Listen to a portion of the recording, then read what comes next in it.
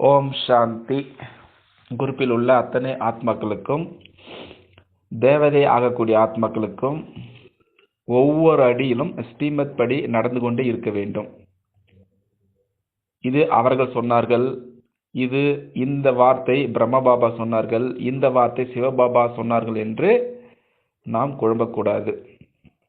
இது தெளிவாக இருக்க வேண்டும். அதாவது 1936 69 வரைக்கும் பிரம்மபாபா அவருடைய சரீரத்தை பயன்படுத்தி சிவபாபா நேரடியாக பிரம்மா பாபாவுடைய வாயில் பேசப்பட்டத சாகார முரளி. 69 பிறகு இப்போ வரைக்கும் சரி, 2017 வரைக்கும், அதாவது 69 பிறகு பிரம்ம பாபா அவ்யக்தமானார். அதாவது சரீரத்தை விடுத்து தன்னுடைய அந்த சம்பூர்ண அந்த பரிசா உடலை தரித்து இப்பொழுது சூட்சும வதனத்தில் இருக்கின்றார். அந்த சூட்சும உடலை, அதாவது அந்த பரிசா உடலை, சம்பூர்ண உடலை சிவபாபா அவர்கள் பயன்படுத்தி 2 பேரும், அதாவது பாப் பிளஸ் தாதா 2 பேரும் கம்பைண்டா குல்ஜார் தாதி அவருடைய சரீரத்தை பயன்படுத்தி சொல்லப்பட்ட மகா வாக்கியம் தான் அவ்யக்த முரளி. ஸோ இதில் நம்ம தெளிவாக இருக்க வேண்டும். பாப்தாதா அவர்கள் எப்பொழுதும் குல்ஜார் தாதி உடம்பை பயன்படுத்தி இருக்கும் பொழுது குல்ஜார் தாதியினுடைய ஆத்மா சைலண்ட்ல போயிடும். அவர்கள் எதுவுமே பேச மாட்டார்கள். அதே போல பிரம்ம பாபா அவர்களும் பேச மாட்டார்கள். ஒன்லி சிவபாபா மட்டும்தான் சொல்லப்பட்ட அந்த முரளி தான் அவ்யக்த முரளி. அழகாக இருக்கு அந்த முரளி.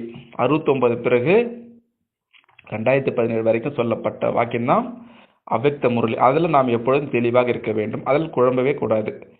இத விஷயத்தை யார் தினமும் முரளியை விடைவிடாமல் தொடர்ந்து படித்து கொண்டிருக்கின்றார்களோ பாபா கூடவே நாம் இருக்கலாம். அதாவது சிவபாபா கூடவே நாம் இருக்கலாம். அதை நாம் தெளிவாக இருக்க வேண்டும். பிரம்மா பாபா சொன்னார், சிவபாபா சொன்னார் அப்படின்ற அந்த குழப்பத்தில் போகக்கூடாது. தெளிவாக இருக்க வேண்டும்.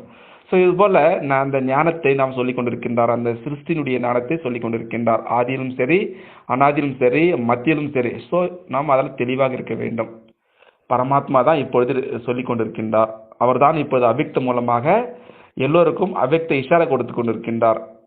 கல்பத்திற்கு பிறகு யார் அந்த ஞானத்தை கேட்டுக்கொண்டிருக்கின்றார்களோ அவர்களுக்கு அழகாக புரியும்.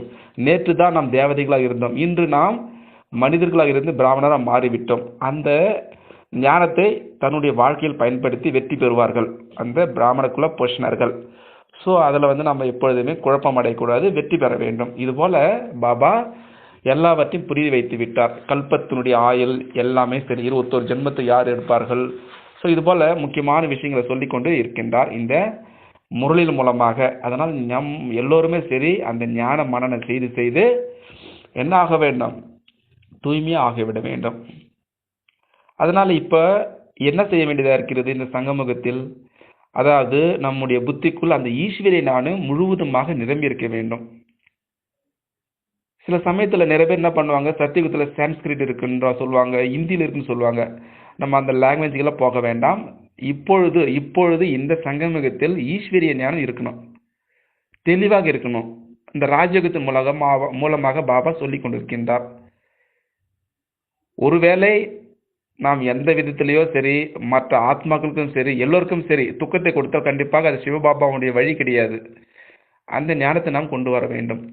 ஒருவேளை நாம் ஏதாவது தப்பு செய்தாலும் கண்டிப்பாக அது மன்மத்தோ இருந்தாலும் சரி, அது பரமாத்மா தான் இருக்கும்.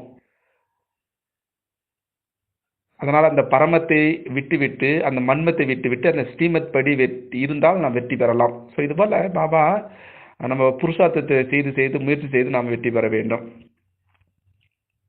நிறைய பேர் சொல்லுவாங்க சத்தியுகத்தினுடைய நிறைய ஆயில் இருக்குது அப்படின்னு சொல்லுவாங்க. சிம்பிள் தான், 5000 வருஷம் தான் விஷயம்.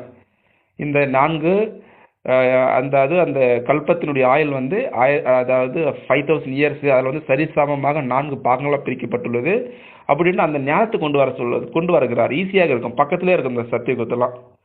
ஸோ இது போல் பாபா இப்பொழுது அந்த தூய்மையினுடைய விஷயத்தை பற்றி அழகாக சொல்லி கொண்டிருக்கின்றார். நிறைய குமாரிகள்லாம் ஈஸியாக இந்த ஞானத்தை நம்ம கொஞ்சம் புரிஞ்சாலும் போதும், நிறைய பேருக்கு ஞானத்தை கொடுக்கலாம். எனக்கு அவங்களுக்கு பந்தனம் இல்லை அப்படின்ட்டு குமாரிகளை பற்றி இன்னைக்கு புகழ்ந்து பேசியிருக்கின்றார் சிவபாபா. அதே போல் நான் பாண்டவ சேனை கூட அதை புரிந்து கொண்டு எல்லாருக்கும் கொடுக்கணும். ஸோ இதுபோல் நம்ம ஞானத்தை பயன்படுத்தி ஸ்ரீமத் இல்லாத ஒன்றுமே வேலைக்கு ஆகாது அப்படி என்று திரும்ப சொல்லியிருக்கின்றார் பாபா. அதனால் பாபா அடிக்கடி சொல்வதுண்டு, அந்த மற்றும் அப்பா மட்டும் ஆசை நினைக்க வேணும், மற்ற யாரையும் நினைக்க வேண்டாம். சிம்பிளான விஷயம்தான். அதனால் நாம் என்ன செய்ய வேண்டும், இப்பொழுது பாபா அடிக்கடி சொல்வார், இந்த உலகத்தில் நிறைய ஆத்மா 800 கோடி ஆத்மாக்கள் இருக்கின்றார்கள். அதில் இந்த பிராமண குழந்தைகளை மட்டும் உயர்ந்து பேசுவார் பாபா. மற்றவர்களெல்லாம் கார்பேஜ்னு சொல்லுவார், குப்பைன்னு சொல்லுவார் ஆத்மாக்களே. அவருடைய குழந்தைங்க தான் எல்லாருமே. ஆனால் அவருக்கு இந்த உலகத்தில் இந்த யார் என்னை தெரிந்தவில்லையோ எல்லாருமே என்னை யார் தெரிந்து கொண்டிருக்கின்றாரோ அவர்களெல்லாம் ஆசி உடைய குழந்தைகள் என்றார். யார் என்னை புரிந்து கொள்ளவில்லையோ, யார் என்னை தெரிந்து கொள்ளவில்லை அவர்கள் எல்லாருமே அனாதைகள் என்றார். அர்ப்பன் சொல்லுவாங்க, அது சொல்லுவார் அழகா. ஸோ இதுபோல் நம்ம பாபா இன்னைக்கு நம்ம எல்லாருமே இனிமையான குழந்தைகளே, ஸ்வீட் சில்ட்ரன் அப்படின்னு அழகாக நினைவு செய்து சொல்லிக் கொண்டிருக்கின்றார். அதனால் நாம் எப்பொழுதுமே மற்றும் அந்த விஷயத்தை நாம் புரிந்து கொண்டு தன்னுடைய ராஜ்யபாகத்தை நம்ம ராஜதானியை உருவாக்கி கொண்டிருக்கின்றோம். ஸோ பிறகு இரவு நம்ம எப்பொழுதுமே சத்தியுகத்தில் விளையாடி கொண்டு ஊஞ்சலாடி கொண்டு அங்கே ஈஸ்வரி நானும் எதுவும் வராது. அங்கே ஆட்டோமேட்டிக்காக என்ன நடக்குமோ தானாக நடக்கும். அதனால் நம்ம தலையை போட்டு உடைத்து கொள்ள வேண்டாம். இப்பொழுது நாம் என்ன செய்ய வேண்டும், அந்த ஈஸ்வரிய ஞானத்தை நாம் தன்னுடைய புத்தியில் நிரப்பிக் கொள்ள வேண்டும். இதுதான் இப்பொழுது நாம் செய்யக்கூடிய காரியமாக இருக்கிறது. அந்த ஸ்ரீமத் படி நடந்து என்ன செய்ய வேண்டும், ஆசி அடைய வேண்டும். அதுதான் இப்பொழுது நாம் நடைமுறையில் கொண்டு வர வேண்டும். அதனால் எப்பொழுதுமே சரி, இன்னைக்கு கூட வரதானத்தில் அழகான ஒரு 3 வார்த்தைகள் இருக்கும். அது தாதி ஜானிங்க அடிக்கடி யூஸ் பண்ணக்கூடிய வார்த்தை. இது பாபா சொன்ன விஷயம் தான். இவங்க 3 ஓம்ஷான்னு சொல்லுவாங்க. நான் யாருடையவன், என்னுடைய வேலை என்ன இந்த பூமியில். இந்த 3 விஷயம் இன்னைக்கு பாபா கொண்டு வந்தார். தன்னுடைய அனாதி சொரூபத்திலிருந்து நான் யார், என்னுடையவர் யார், நான் யாராக இருக்கின்றேன், நான் என்னுடைய வேலை என்ன, இதை நினைத்து கொண்டு தன்னுடைய அந்த பிராமணத்தை நம்ம பண்ண வைக்கணும். பிரத்யட்ச பாபா வெளிப்படுத்த வேண்டும். அந்த அத்தாரிட்டி நம்ம வெளிப்படுத்த வேண்டும். இது போல் இன்னைக்கு பாபா வரதத்தில் அழகாக எக்ஸலண்டாக சொல்லியிருப்பாரு. அதை நாம் இப்பொழுது புரிந்து கொண்டு அது அந்த பாபா வெளிப்படுத்த வேண்டும். அதே போல் இன்னைக்கு ஸ்லோகர் கூட அழகாக சொல்லியிருப்பார், தன்னுடைய கருணை அப்படின்று வந்தாலே சரி நம்ம என்ன ஆக வேண்டும், அந்த சம்பூர்ண மூர்த்தி, அந்த கோயிலில் இருக்கக்கூடிய மூர்த்தியாக ஆகிவிட வேண்டும். கருணைன்னு சொன்னாலே சரி, நம்ம எல்லாம் மாஸ்டர் கருணை கடல். நம்முடைய பார்வை கருணையாக இருக்கணும். அவங்களுக்கு ஆசீர்வாதம் கொடுக்கணும். அவங்களுடைய மன ஆசையை பூர்த்தி செய்யணும். அந்த காமதேனமாக மாறணும். நம்ம அம்மாவுடைய முகத்தை பாருங்கள், எப்பொழுதுமே கருணை நிறைந்த முகமாக இருக்கும், சைத்தன்யமாக இருக்கும். அதுபோல் பாபா அந்த கருணைன்னு சொன்னவை எப்பொழுதுமே நம்ம என்ன ஆக வேண்டும், அந்த சம்பூர்ண மூர்த்தியாக விட வேண்டும். கோயில் இருக்கக்கூடிய மூர்த்தியை அவர்களுக்கு மன ஆசைகளை செய்ய வேண்டும். அந்த நினைவை நாம் கொண்டு சைத்தன்யமாக இருந்து அதை நடைமுறைப்படுத்த வேண்டும். ஸோ அதுக்காக நாம் என்ன செய்ய வேண்டும், இப்பொழுது நான் வீடு திரும்ப வேண்டியதாக இருக்கிறது. I want return to home. நான் வீடு திரும்ப வேண்டும். என்னுடைய மனதில் அந்த அனாதி சுரூபத்தை நாம் கொண்டு வர வேண்டும். அதற்கு நாம் பயிற்சி செய்ய வேண்டும். அதனால எக்ஸசைஸ், இந்த ஸ்பிரிச்சுவல் எக்ஸசைஸ் பண்ணணும். மேலே போவது கீழே வருவது, மேலே போவது கீழே வருவது, அந்த ப்ராக்டிஸ் நம்ம செய்ய வேண்டும் இப்பொழுது. அதனால இந்த பவர் ஆஃப் சைலன்ஸ் நம்ம கொண்டு வர வேண்டும். பவர் ஆஃப் சைலன்ஸ் எப்படி கொண்டு வர வேண்டும், தன்னுடைய அனாதி நிலையிலிருந்து இந்த சத்தமான உலகு, அதாவது வெக்த உலகத்திற்கு வர வேண்டும். இங்கே எல்லா காரியம் முடித்து விட்டு சடன்லி நாம் பவர் ஆஃப் சைலன்ஸை, அந்த அமைதியுடைய சக்தி பயன்படுத்தி அந்த அவ்வக்த நிலையில் நம்ம போய்விட வேண்டும். இது ஜஸ்ட் எக்ஸசைஸ் பண்ணிக்கிட்டே இருக்கணும். எத்தனை தடவை பண்ணணும், 24 தடவை பண்ணணும். இந்த விஷயத்தை அடிக்கடி ட்ரில் பண்ணிகிட்டே இருக்கணும். அப்போ தான் அந்த அமைதியினுடைய சக்தியை நம்ம அனுபவம் செய்ய முடியும். இந்த பவர் ஆஃப் சைலன்ஸ் அப்போ தான் கொண்டு வர முடியும். அந்த பவர் ஆஃப் சைலன்ஸில் நம்ம என்ன வேணாலும் சாதிக்கலாம். இந்த சத்தமான உலகத்தில் ஒன்றுமே பண்ண முடியாது.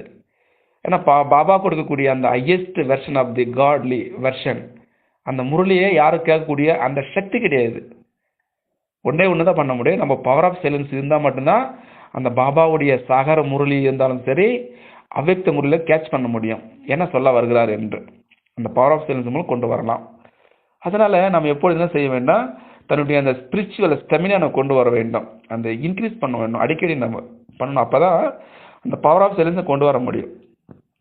நான் I am the master of the ocean of அந்த நிலையில் கொண்டு வரோம். அந்த பவர் ஆஃப் சைலன்ஸ் கொண்டு வர வேண்டும். அந்த அமைதியினுடைய கடலிலிருந்து நான் மாஸ்டர், நானே கடலாக இருக்கின்றேன், அந்த அமைதியினுடைய கடலாக இருக்கின்றேன். அதுபோல நம்முடைய மனநிலையை எப்பொழுதும் நிலையாக வைத்துக் கொள்ள வேண்டும். அப்பதான் அந்த ஸ்பிரிச்சுவல் அந்த ஸ்டெமினா நாம் இன்க்ரீஸ் பண்ண முடியும். அது எப்படி கொண்டு வர முடியும்? பொதுவாக ஒரு கதை மூலமாக கூட சொல்லலாம். ஒரு தேனி என்ன பண்ணுதான், அதாவது ஒரு தோட்டத்தில் யானை மதிய சமயத்தில் அது சாப்பிட்டு அழகாக தூங்கி கொண்டிருக்கிறது யானை. ஒரு தேனி என்ன பண்ணுது, சும்மா இருக்காத, அது அந்த தோட்டத்தில் இருக்கிற தேனியெல்லாம் சாப்பிட்டுட்டு ஒரு மரத்தில் உட்காரத்து இப்படியாக விளையாடி கொண்டு அந்த யானை தூங்கி இருக்கிறது போயிட்டு காதில் போயிட்டு ரிங்கார விடுது. அந்த யானை டிஸ்டர்ப் பண்ணுது. அந்த யானை என்ன பண்ணுது, சரி எதுக்கு அதுக்கிட்ட போய் சண்டை போட சொல்லிட்டு திரும்பி வேற இடத்துக்கு போய் ஷிஃப்ட் ஆகுது. அந்த யானை திரும்பி அந்த தேனி காதில் ரிங்கார விடுது. இப்படியாக இடத்த மாற்றிக்கிட்டே இருக்கும்பொழுது கடைசியில் அந்த யானை என்ன சொல்லுது அந்த தேனிக்கிட்ட, ஏன்பா தேனி அவர்களே, நான் தான் தூங்கிட்டு இருக்கேன், என்னை ஏன் டிஸ்டர்ப் பண்ணுற அப்படின்னு சொல்லிட்டு யானை அந்த தேனிக்கிட்ட கேட்டுதான். அதுக்கு தேனி பதில் குட்டியோன்னு இருந்துட்டு அந்த தேனி அந்த யானையிட்ட சொல்லுதான், என்னென்ன சொல்லுதா, எனக்கு இந்த உலகத்தின் மீது நிறைய கவர்ச்சி இருக்குது, எனக்கு சின்ன உடம்பா இருந்தால் நான் பறந்துக்கிட்டே இருக்கேன், எப்பொழுதுமே எனக்கு ஜாலியாக இருக்குது, நான் தேன் எடுக்க போனால் தேன் எடுக்க போகிறேன், மரத்தில் படுக்குன்னா படுத்துருக்கிறேன், நான் எப்படி எனக்கு விதவிதமான கவர்ச்சி, நான் ஜாலியாக இருக்கிறேன், ஏன் உன்னால் இருக்க முடியல அப்படின்ட்டு அது சொன்னதான். அதுக்கு யானை சொன்னது இப்படி என்று, தேனி நண்பரே, எனக்கு என்னுடைய கர்மேந்திரன் மீது முழு கட்டுப்பாடு இருக்கிறேன், நான் சொன்னதை என்னுடைய கண்கள் கேட்கும், என்ன சொன்னதை நான் என்னுடைய வாய் கேட்கும், அதனால் நான் எனக்கு இந்த உலகத்தினுடைய விஷயங்கள் எனக்கு கவர்ச்சி இல்லை, எனக்கு நான் அமைதியாக இருக்கிறேன் அப்படி என்று அந்த யானை சொன்னது. ஸோ அதை புரிந்து கொண்டு அந்த தேனி அழகாக அமைதியாக போய்விட்டது. அப்படி என்று அந்த பவர் ஆஃப் சைலன்ஸ் அந்த யானை அதாவது தன்னுடைய சொரூபத்தில் இருக்குது.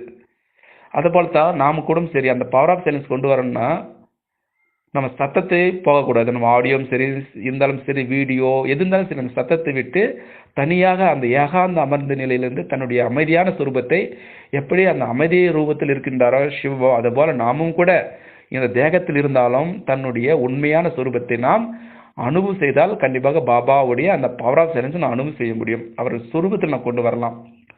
ஸோ இதுபோல் நம்ம மல்டிபிள் டைம்ஸ் நாம் ட்ரில் பண்ணணும். அந்த ஸ்பிரிச்சுவல் ட்ரில் அடிக்கடி நம்ம போகணும், மேலே திரும்பி கீழே வரணும், கீழே இருந்து மேலே போகணும், அடிக்கடி கீழே வரணும், இதுபோல் போகணும் கீழே வரணும், போகணும் கீழே வரணும், இதுபோல் ட்ரில் பண்ணணும், ஸ்பிரிச்சுவல் ட்ரில். சாதாரண இந்த உலகத்தில் எப்போ பிற குண்டாக இருக்கக்கூடிய ஆத்மாக்கள் கூட அந்த சாதாரண உடற்பயிற்சி செய்தால 10 kg குறைச்சிட்டு கூட அவங்க எக்ஸசைஸ் பண்ணுவாங்க, தன்னுடைய ஸ்டெமினாவை இன்க்ரீஸ் பண்ணிவிடுவாங்க. அதுபோல தான் நாமும் கூட தன்னுடைய அன்னைக்கு கூட முரளி பாபா சொன்னார், புத்துணர்ச்சி ஆகக்கூடிய நம்ம வந்திருக்கணும். அதுபோல் இந்த ஸ்பிரிச்சுவல் ட்ரில் பண்ண அடிக்கடி மைண்ட் ட்ரில் பண்ணால் ஈஸியாக நம்ம அந்த பவர் ஆஃப் சைலன்ஸ் அனுபவம் செய்யலாம். அதனால் நம்ம தன்னுடைய மனதை வெளி உலகத்துக்கு விடாத தன் உள்முகமாக போனால் அந்த அமைதியினுடைய சக்தி நாம் கொண்டு வரலாம், பவர் ஆஃப் சைலன்ஸ் கொண்டு வரலாம். உதாரணமாக ஒரு யானை இருக்குது, அந்த நம்ம கோயில் யானையெல்லாம் பார்த்துருப்போம், நம்ம கேள்விப்பட்டிருப்போம். அது கூடவே ஒரு யானை பாகன் இருப்பார். அந்த யானை என்ன பண்ணோம், அந்த கோயிலுக்கு போகிறதுக்கு முன்னாடி தெருவில் இருக்கக்கூடிய அந்த கடைகள் இருந்து எல்லாம் பொருள் வாங்குவது, அந்த வாழைப்பழம் சரி, ஸ்வீட்டாக இருந்தாலும் சரி, பொரி இருந்தாலும் சரி, இதுபோல் அந்த கோயிலுக்கு முன்னாடி அந்த தெருவில் இருக்கக்கூடிய அந்த ஷாப்பில் அது என்ன பண்ணும், யானை எல்லா பொருளை வாங்கிட்டு சாப்பிட்டு போகும். அப்புறம் போயிட்டு கோயிலில் போயிட்டு அதனுடைய ஆசீர்வாதம் கொடுக்கும் எல்லாருக்கும். அப்படி இருக்கக்கூடிய சமயத்தில் ஒரு நாள் என்ன பண்ணுச்சு, அந்த யானை அங்கே தொங்க விட்டுருக்கப்பட்டிருக்கும் அந்த வாழைப்பழம் அந்த பொருட்கள் எல்லாம் தூக்கி வீசி எறியுது, தன்னுடைய மனம் போல் அது மாதிரி தூக்கி வீசி எறியுது. இப்போ என்ன பண்ண முடியும், யாராவது ஏதோ செய்ய முடியுமா அந்த டைமில்? அதுக்கு மதம் பிடித்து விட்டது என்று சொல்வார்கள்.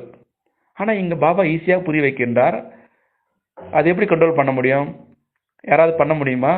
அதுக்கு ஒரே வழி தான், அந்த பாகன் என்ன வச்சுருப்பார், கையில் இரும்பு தடி ஒன்று வச்சுருப்பார், அல்ல கோல், பெரிய கோல் வச்சுருப்பார், முட்டியில் தட்டினோன்னு ஆட்டோமேட்டிக்காக தன்னுடைய கண்ட்ரோல் வந்துடும். அதை போல் தான் பாபா இந்த ஸ்பிரிச்சுவல் ட்ரில் பண்ணணும். நாம அந்த யானைக்கு உதாரணம் சொல்கிற மாதிரி நாமும் சரி நம்முடைய மனதிற்கு கட்டுப்பாடு இல்லாத எண்ணங்களை உருவாக்கி கொண்டே இருக்கும் அது தன்னுடைய மனதின் மூலமாக. அதனால் தன்னுடைய மனதை என்ன பண்ணோம், அந்த ஸ்டீமத் என்ற கடிவாளம் மூலமாக நாம் தன்னுடைய எண்ணங்களை சுய கட்டுப்பாட்டில் இருக்கணும், தேவையில்லாத எண்ணங்களை உருவாக்கக்கூடாது. ஸோ இது போல் அந்த பவர் ஆஃப் சைலன்ஸ் கொண்டு வரலாம் நாம். அதனால் நம்ம வந்து அந்த டிஜிட்டல் சைலன்ஸு, அந்த வாட்ஸ்அப்பு, ஃபேஸ்புக்கு அது உள்ளே மூழ்கி இருக்கக்கூடாது. அதுலேருந்து விலகி வரணும். ஸோ அப்படி விலகி வந்தால் அந்த பவர் ஆஃப் சைலன்ஸ் நம்ம அனுபவம் செய்யலாம். அந்த இன்டர்நெட்டு அந்த சவுண்டில் போகக்கூடாது. எல்லாத்தையுமே சரி, அந்த சாதனங்கள்லேருந்து விலகி இருந்து நம்ம ஒரு 3 days வந்து சைலன்ஸில் கொண்டு வரணும். மௌனமாக இருக்கணும். தன்னுடைய மனதை கட்டுப்படுத்தணும், தன்னுடைய கண்களை கட்டுப்படுத்தணும், வாய் அதிகமாக பேசக்கூடாது. இப்படி கொண்டு வந்தால் கண்டிப்பாக அந்த பவர் ஆஃப் சைலன்ஸை நம்ம இன்க்ரீஸ் பண்ணலாம். அதே போல் அந்த 3 to அந்த 3 நாள் இருந்து என்ன பண்ணணும், நெக்ஸ்ட் 7 நாள் போகணும். ஒரு வாரம் கொண்டு வரணும். அந்த பவர் ஆஃப் சைலன்ஸ் கொண்டு வரணும். என்னடா அமைதி சக்தி அனுபவம் செய்ய முடியுதா, இல்லை அந்த சாதனத்தில் நான் வசமாக இருக்கின்றனா அப்படி என்று நம்ம சோதனை செய்து பார்க்க வேண்டும். இப்போ வந்து 3 நாள்லேருந்து 7 நாள் போயிட்டு ஒரு வாரம் போயிட்டோம், திரும்பி 21 நாள் நம்ம அதை ட்ரை பண்ணணும். அந்த ட்ரில்ல பண்ணணும், ஸ்பிரிச்சுவல் அது அமைதி, அதாவது பவர் ஆஃப் சைலன்ஸ் கொண்டு வரணும். சைலன்ஸு அந்த உள்முகமாக போகணும். இதுமாரி ட்ரில் பண்ணால் தான் அந்த பரமாத்மாவுடைய அந்த அமைதியுடைய அனுபவம் செய்ய முடியும். நான் எப்பொழுது வாட்ஸ்அப்லேயே இருக்கின்றேன், நான் சத்தத்திலே வந்தேன், எப்படி நம்ம அந்த பரமாத்மாவுடைய அவரோட அதிர்ஷ்டத்தை நம்ம அனுபவம் செய்ய முடியும்? கண்டிப்பாக முடியாது. அதனால் நம்ம அடிக்கடி அந்த மேலே போகணும், கீழே வரணும், மேலே போகணும், கீழே வரணும். And want return to home, அந்த நினைவை நாம் சொரூபத்தை கொண்டு வர வேண்டும். அப்போ தான் பரமாத்மாவுடைய நம்ம அனுபவம் செய்ய முடியும். இப்போ 21 நாள் கொண்டு வந்துட்டோம், திரும்பி 90 days 3 months நம்ம ட்ரை பண்ணணும். என்னோட பவர் ஆஃப் சைலன்ஸ் கொண்டு வர முடியுதா, என்னுடைய மௌனமாக இருக்க முடியுதா அப்படின்ட்டு நம்ம சொல்ல வேண்டும். ஃபார் எக்ஸாம்பிள் ஒரு மெஹர் பாபான்னு ஒருத்தர் இருந்தார் பூனேவில். அதாவது பழைய மும்பைன்னு சொல்லுவாங்க, அதாவது பாம்பே, பழைய நேம் வந்து பாம்பே, இப்போ இருக்குது மும்பைன்னு சொல்லுவாங்க. 1925 1969 வரைக்கும் அவர் இருந்தார், மௌனமாக இருந்தார், யாருமே பேசாத. அதாவது இந்த சார்கோல்னு சொல்லுவாங்க, சாக் பீஸ்ன்னு சொல்லுவாங்க, அந்த சாக் பீஸ் எழுதி ABCDEFGH அந்த 26 எழுத்துல ஒரு ஆனந்தம், அதாவது இங்கிலீஷ் சொல்லுவாங்க ப்ளீஸ், அப்படியே அதை டிக் போட்டு அனுப்புகிறான், மற்றவங்க புரிஞ்சுக்குவாங்க. வாயில பேசவே இல்லையா. நிறைய ஆன்மீக குருவாக இருந்து தன்னுடைய நிறைய உலக நாடுகள்லாம் சென்றிருக்கின்றார். பேசாதவே அந்த காட்லி நாலேஜ் சொல்லியிருக்காங்க நிறைய பேர். அவர் சொல்லியிருக்கார் மெஹர் பாபா, அந்த பவர் ஆஃப் சைலன்ஸ் அவர் அனுபவம் செய்து விட்டு இருக்கின்றார். ஏன்னா அவருக்கு என்ன கடவுள் அவ்வளோ முழுவதே தெரியல, உருவம் தெரியல, பட் அவர் பவர் ஆஃப் சைலன்ஸ் அனுபவம் செய்து போயிருக்கார். பேசாதவே, தன்னுடைய வாய் மூலமாக பேசாதவே அந்த போர்டு மூலமாக எழுதி மற்றவர்களும் புரிய வைத்து விட்டு இருக்கின்றார். ஸோ அதுபோல் அவரும் வந்து அந்த பவர் ஆஃப் சைலன்ஸ் அனுபவம், டீப் சைலன்ஸ் அனுபவம் செய்து போயிட்டு இருக்கின்றார். நாமும் கூட அந்த பவர் ஆஃப் சைலன்ஸ் அனுபவம் வாய் மூலமாக அந்த மௌனத்தை கடைபிடிக்கணும். பேசக்கூடாது, ரொம்ப சவுண்ட் வரக்கூடாது, சத்தத்தில் வரக்கூடாது. அதனால அந்த பரமாத்மா அந்த பவர் ஆஃப் சைலன்ஸ் அனுபவிச்சிட்டா இந்த உலகத்தில் தேர் இஸ் நோ ஃப்ளேவர், இந்த உலகத்தில் ஒன்றுமே கிடையாது, எந்த ஒரு சுரேஷமே கிடையாது, சாரம்சமே கிடையாது இந்த உலகத்தில். இதுக்கே இதுக்கு மனதை நம்ம ஈடுபடுத்த வேண்டும் இந்த உலகத்தில். அதனால் இப்போ அந்த பவர் ஆஃப் சைலன்ஸ் அனுபவம் செய்துட்டுனா இந்த உலகத்தில் எத்தனை பேர் ஆடியோ போட்டாலும் சரி, எத்தனை பேர் வீடியோ போட்டாலும் சரி, எவ்வளோ யூடியூப் போட்டாலும் சரி, இது மேலே மனமே ஈடுபடாது. அந்த பவர் ஆஃப் சைலன்ஸ் அனுபவம் செய்து விட்டால் நம்ம எல்லோருமே. ஸோ இது போல் நம்ம வந்து மனதுக்கு நம்ம அடிமை இருக்கக்கூடாது, சுதந்திரமாக ஆத்மா அதிகாரியாக இருக்கணும் அந்த நம்மளுடைய மனதிற்கு. மகாத்மா காந்தி கூட என்ன செய்தார் தெரியுமா, அதாவது ஒரு வாரத்தில் எவ்ரி மண்டே அவர் மௌனமாக இருந்தார், தன்னுடைய வாய் மூலம் எதுவும் பேச மாட்டாராம்.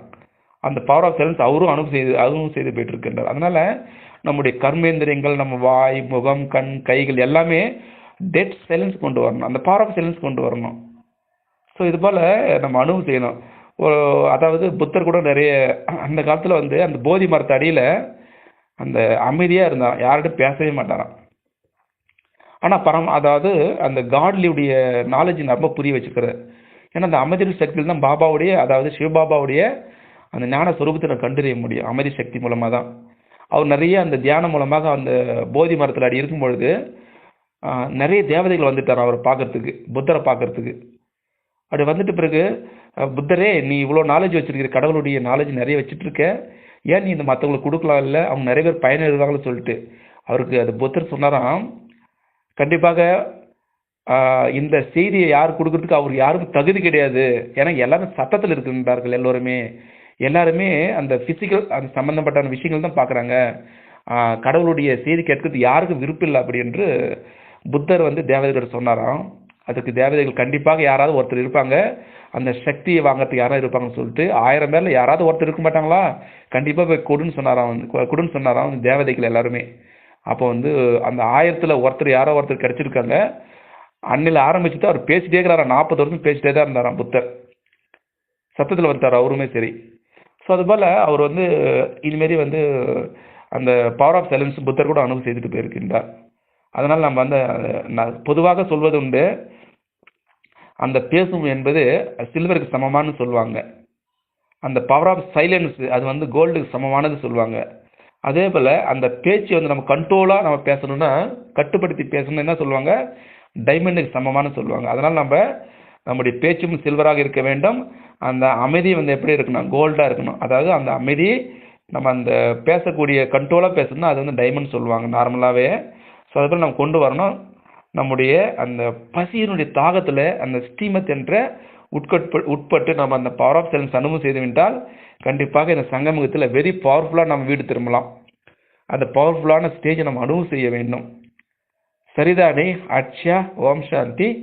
மீண்டும் சந்திக்கலாம் நாளை காலை அமிர்த வேளையில் பரிசானுடைய ராஜ்யத்தில். ஓம் சாந்தி.